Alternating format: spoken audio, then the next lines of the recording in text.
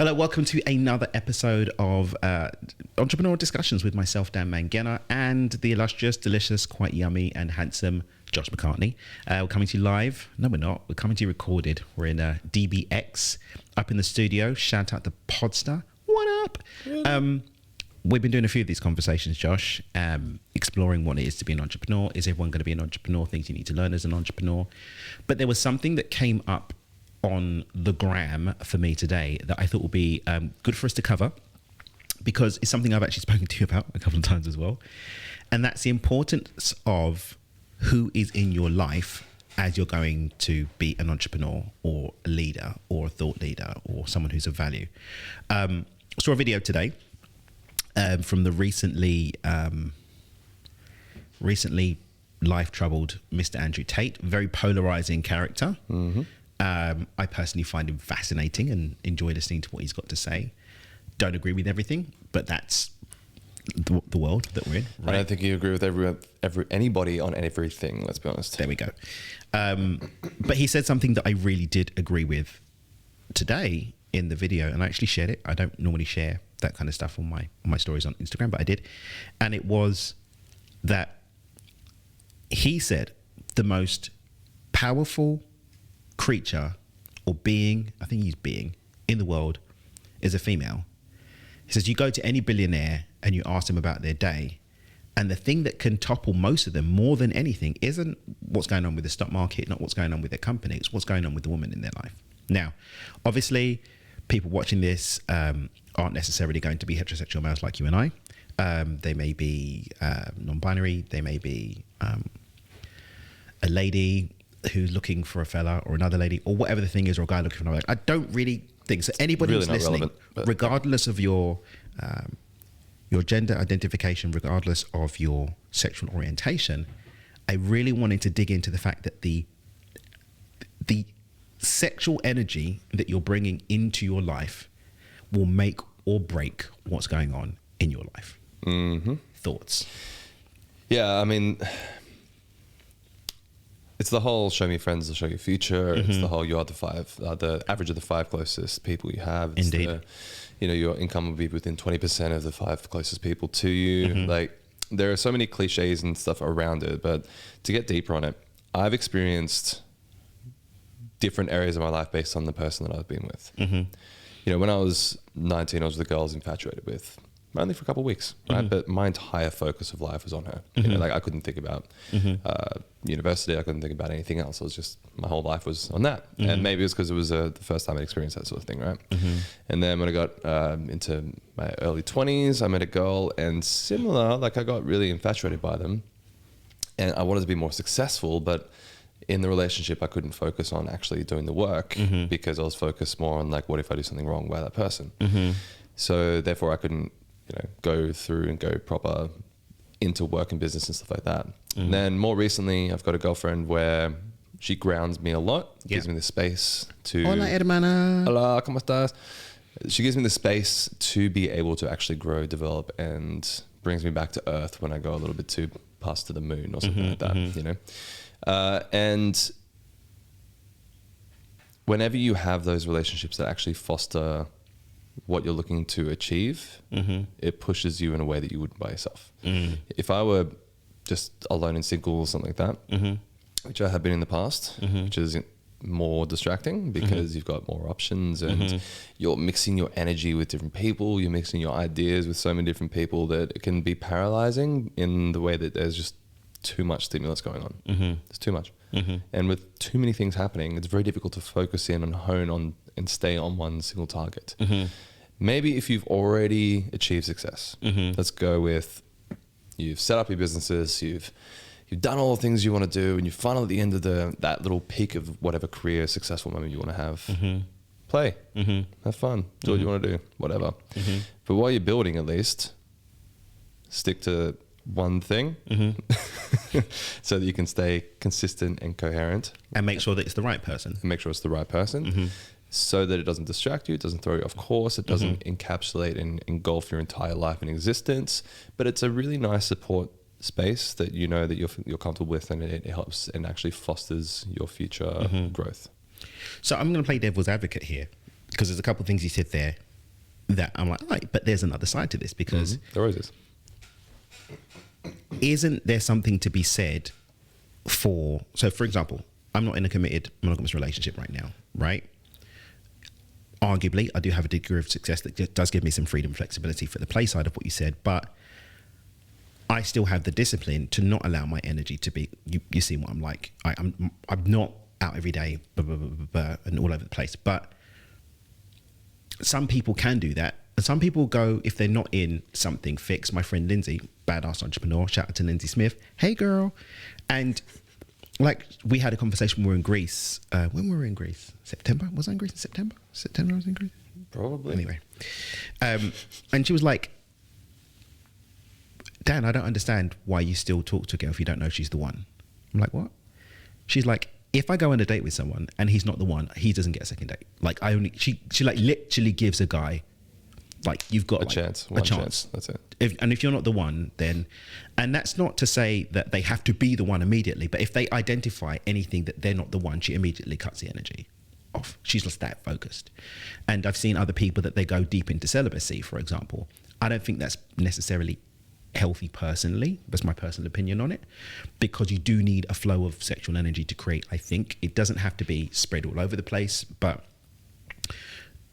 what would you say then to 19-year-old Josh? Is it a matter of the wrong person that 19-year-old Josh was with, or was it that 19-year-old Josh didn't have the skills and the life experience to know not to make this one individual the priority?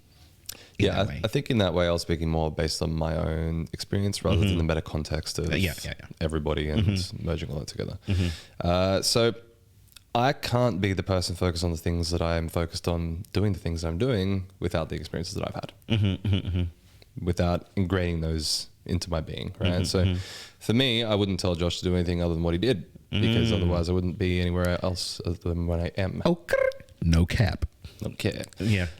So, you know, everybody is going to have different experiences and different ways of viewing things. I don't think there's a perfect outcome. I don't think there's a perfect way to do anything, which is a lot of the time what confuses people. Because if you look on the internet, it's do this if you want to have this. And it's like, don't do this if you want to do this. Cookie cutter approach, right? Yeah, it's like, eat avocado because avocado is good. Don't eat avocado because avocado is bad. Yeah. And it's like, well, I don't know what the hell to do. So... and you can find it's an avocado. What is my option?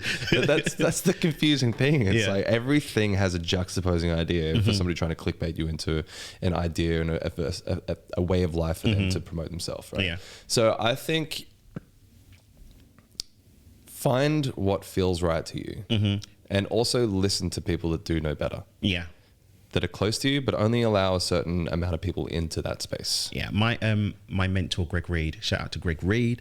What up? What up? He's a seek counsel, not opinions. And counsel is people who have the experience to actually deliver from their experience to you. I like that. Whereas opinion is someone who hasn't been there and doesn't even. And you may have counsel based on second party. So, for example, an experience that you've had would give me wisdom that I can relay to someone else, because we've got that relationship. And I'm sure there's stuff that you've heard from me that you may not have experienced yourself, but you might pass on to other people. 100%, yeah. So that's still counsel, but opinion, there's like no basis on which for people to give their It's words. like asking, you know, your parents who might not have ever made a successful business how to make a successful business. Yeah. You know, it's their opinion, not their counsel. Yeah. So, yeah, be very careful with who you get advice from, because you can also get the right advice at the wrong time from different mentors. True. So I've had different areas of my life where I've gotten advice and I just wasn't ready for it. So it was good advice, but it wasn't right for me at that time. Wasn't right at the time. And you can get wrong advice at the right time. Yeah. Which can also throw you off course. Oh yeah. But in general, try to focus on who you like. Be specific with who you want to get advice from. Find people like mentors or people that have actually done what you want to do in the line of work that you want to be doing it in. Yeah. Because if you're, let's say that you're speaking to someone who made a lot of money only in real estate, for example, and you're speaking to them how to make money in coaching, for example, I don't know if they're going to give you the best advice on how to create a coaching business. They may have some general, They might have some general advice, ideas, success advice, and so on. but they haven't gone through those little steps that maybe you get mentally blocked with. Yeah. In that case, it's having multiple people to seek counsel from, right? Exactly. So I have multiple people in my life that I get advice from. You're definitely one of them. And I try not to open my Field? my field for too many more people. I have maybe like 4 tops, maybe 5 people tops now that I would speak to and ask. Too many cooks and broths and whatnot. To what? Too many cooks and the broth, spoils it. Yeah. Yeah. I like that. Yeah. So. But yeah, I just think I know one of the things that I've always admonished you on is that the fact that you do have a good quality woman, like a high, Andrew calls them like high quality women, because let's be real, bro. Like there are some skanky dudes and some skanky theys and some skanky girls out there, right? There's a bit of skank in everybody. There's skank in Just everyone. depends on how much skank you go for. Like across the gender identification spectrum, there is skank. A skank. And that I identify as a skank. oh my God. But the point is, if you're not clear on what quality is, and I would say if you're not clear on the value that you're going to bring to a quality person, you're going to be lost. But if you don't have quality people in your corner, so like we're talking values, compatible values, support system, I've had challenges in the past being in relationship with people who are quality women, but they don't understand the entrepreneurial journey. And so they don't understand that, especially if I'm building, I'm not going to have regular hours. Like that's just not, regular hours are out the window, or if I'm building, there's going to be times when I might need a little bit more emotional support when I come home, and not for you to be adding to the pressure that I'm dealing with on a day-to-day basis. Someone who can hold the vision for you and also can hold you accountable, and also like just have your back generally. And if you don't have those things in your household, I think you're going to struggle. And I think there are some people who are not getting to where they desire to be in terms of their success because they've just got the wrong person in their house. And it might not even be that they're not a quality man, he, they, or she. It could just be that the qualities that they possess don't match your needs as an entrepreneur. And I think you need to understand what those are so you can match yourself up with the right relationships. Yeah, I definitely noticed that in the past where the support wasn't in the way that I needed it. So I would be trying to build things and I was essentially getting cut down for it, or told that I was doing the wrong thing and stuff. And somebody that I'm very specific about what I want to build and create. It's nice to have validation on you're doing the right thing. And everybody accepts information in different ways as well. Some people need to give, and sometimes you need to receive information in different ways with communication in general, right? I think that if you've got the person that's giving you the wrong way that they validate you, then it doesn't really help you either. So you go home and you're like, oh, I did this thing, like, so what? Yeah, I've had that one. Yeah. It's like, oh, okay, cool. I'm not excited to speak to you about anything. Great. I think that's a great point you made. I really do feel that the person who's in your corner has to have the capacity to celebrate you. Like you need that nourishment at home, but also to check you when you're being a douche yourself. Right? Absolutely. Yeah. I think there's more. And I think sometimes we end up with someone who's ready to check us, but not ready to lift us up. It's like crap. Well done. It's like, yeah. Yeah. Well, did you see what I did? Yeah, see what I did. There's the competition side. Changing the conversation to them, which I've also had. But yeah, I think for me personally, I'm kind of blessed now. I've got my little guy. Like, I'm not in a rush to jump into like another relationship or whatever. But I certainly, especially knowing like the next levels of what I want to create, super duper intentional about what energy is going to come in. And even if you're dating, right? If someone's dating or whatever, ask yourself, what need is the dating serving? And is that need actually adding to your general wider vision of what you want to create? So now that, to continue on top of it, now that you kind of hit a level of success where, your coaching business is set, you don't really need to focus any of your energy or intention on that. What's your intentionality about relationships and about the energy and about the people that you bring in that side? What does it need to be? What does it need to do for you? What's the reason and purpose for it at the moment? I think for me, relationship wise, it's a bit more complicated because I do have a kid, right? Yeah. And I do have a really loving, healthy relationship with his mum. We didn't work out romantically, but we got on really well. And I've seen, even in trying to have these dating conversations, that women can get threatened. She's a beautiful woman, right? And so they do get threatened by that and the fact that we do have a healthy relationship.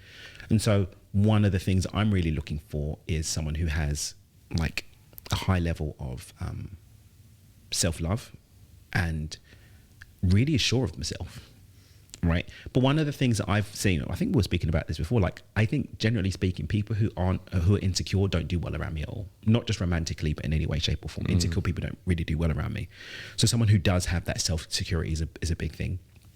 And also, like, has to be committed to service and committed to adding value into the world, whether that's directly in partnership with me on their own project that they're into that we can play with together, or even that we do separately, but has to have that because that's a very, very big and important value for me.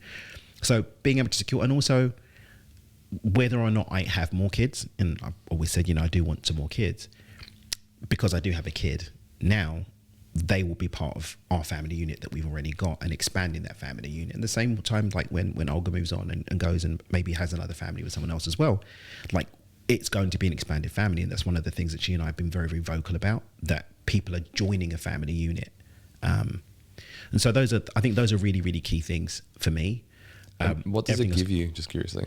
What's that one? The relationship, like a relationship with somebody, what would it give you? It's not to help you necessarily build as much anymore because you've already built. Yeah, but I've got other things I want to do. I'm really passionate about moving into the philanthropy, and that's a lot of the mentorship and stuff that I'm going into now. It's kind of making that's the next phase, next couple of years. I want to be a full-time philanthropist. That's what I'm really focused on in terms of what I want to do.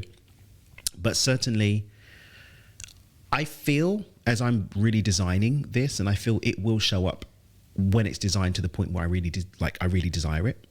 At the moment, like I said, I'm kind of living my best life right now. So it's like right now there would have to be an X factor, like something that shows up that I'm like, I didn't even know that existed. Like, whoa. Apart from me, obviously. Yeah. like that has to be there. Otherwise, we can hang out maybe, but I'm very, I'm very straightforward, quite uncomfortably straightforward sometimes. Yeah, me too. Yeah, quite uncomfortably straightforward with people that, want to come into my sphere romantically or whatever. But there has to be an X factor right now that shows me something that I didn't know for me to consider even moving into that. And I'm still designing what I want, what I would want, or I would fully desire and be ready to show up fully for in terms of a relationship that matches the life I'm living now, which I really love. Yeah. What about you? Stop. Don't worry. You got a relationship. It's not going to get you in any trouble. I just realized that could probably get you into trouble. No, with my current relationship, it's mainly, it gives me. Yeah. What do you get from it? What do you get from it? Yeah. What do you want to get? Because love you, die. What do you not get? Love you. Lo siento, hermana. No, for me, it's grounding, support, respect, and the ability to grow together. So it really. I've always never been the person that wants to stay at home, for example. I've lived in Dubai for 8 years. The first 6, I probably didn't spend any time in my apartment. I was renting an apartment and, I'd sleep there obviously, but that was about it. Yeah. Yeah. And, for that point, I was trying to be out all the time. So having a trying to build something when you're always out, you're never home, and at least for what I do, it's not very conducive to build. So having that space where it's like you come home and it actually feels like a home. I haven't had that for the whole time I've lived in Dubai, right? So I go home and I'm actually excited to be there now. I'm happy to read a book on a Friday night and stay home or play board games with friends. I haven't had that sense of familyhood or that sense of homeliness the whole time I've lived in Dubai. So having that is really, really important. Having a support network with somebody that's actually cheering me on and being like, oh, that's amazing, great. Well done, like I'm super happy. And then also cutting me down in the way that's like lovingly. Lovingly. Yeah. It's like, this is stupid. Why are you doing this? So to bring me back down to earth a little bit sometimes as well. And then somebody that is like, you can actually speak with and flesh things out, a bit of counsel in that sort of way. You kind of sometimes forget that your romantic partner actually has, experience in something other than what you have, because you're very captivated in, especially with what I do. I won't speak for anybody else. I get very captivated in what I'm doing that I kind of forget about the people around me and what they actually know. So then when, she brings in her expertise and experience into my life, I'm like, oh yeah, shit. Yeah. You actually know all this stuff. This is amazing. Thank you. Great. Different Can you help me in this part? Yeah. So different perspectives, and it just helps me to learn and connect better with myself. So I don't really have an intentionality about being in a relationship, but those are the things that I get from it. Amazing. So it helps me to move forward. Yeah. I quite like being a bachelor. I think we all do. I think because I am in this, with moving, my coaching business is doing its thing, and there's other things going on, and like I do have this thing that I'm putting together in terms of plan wise. I don't feel a deep need to bring more things into that. And so, there need to be an X factor that contributes to the building that I would want to do that building with, and maybe even construct that next chapter with. If it's just like an additional emotional cost center, then no thanks. I'll pass. So what do you think of that topic then, Josh? Did it? I like it. Yeah, I like it. Yeah. I think to conclude, if you're the kind of person that's able to have discipline whilst having your energy spread around, go for it. Do the thing. Just do your thing. If you are somebody that needs a bit more grounding and support with one energy stream, use that. Know yourself. Know thyself. I do want to talk more on this on another. We haven't got time today, but another time about and I've spoken to Yannick about this. It's I think we did this on my podcast. Prioritizing, like, where does relationship show up in terms of your mission, your purpose, your business? Because I did see, just a quick prelude, there was a thing on Instagram when a woman was like, and this could be a man, it could be a they, I'm not really speaking to it, but just for the context of this particular video, she's like, you want the Gucci bags, you want the holidays, you want the things, but you want your man to be home at 5 o'clock. Like, yeah, it's probably not going to happen. Yeah. So I'd love to talk about that another time, not today, but another time. Yeah, it definitely touches on some important points. Yeah. I would love to delve into that, but we don't have time. We'll do it next time. So yeah, we had a little chit chat today about relationships and how that can impact. We were going to talk about mentorship. We're going to do that on another one, so look out for that in a future episode. Make sure you dial into Josh's YouTube channel and podcast. Make sure you dial into this one, Beyond Success, with me. You're listening to it audio on mine as well as watching the video. Just dial in, do the thing, check out some of the episodes. If there's someone that you know who could be served by the discussion that we had today, make sure you share it with them. Any final thoughts from you, Mr. Josh Mundo? No? I'm pretty happy. Yeah, pretty happy. Yeah. Catch you next time. Until then, know thyself, I think, is a really good way to end this show. Yeah. Don't be afraid to try stuff and, let life experience do the rest. Indeed.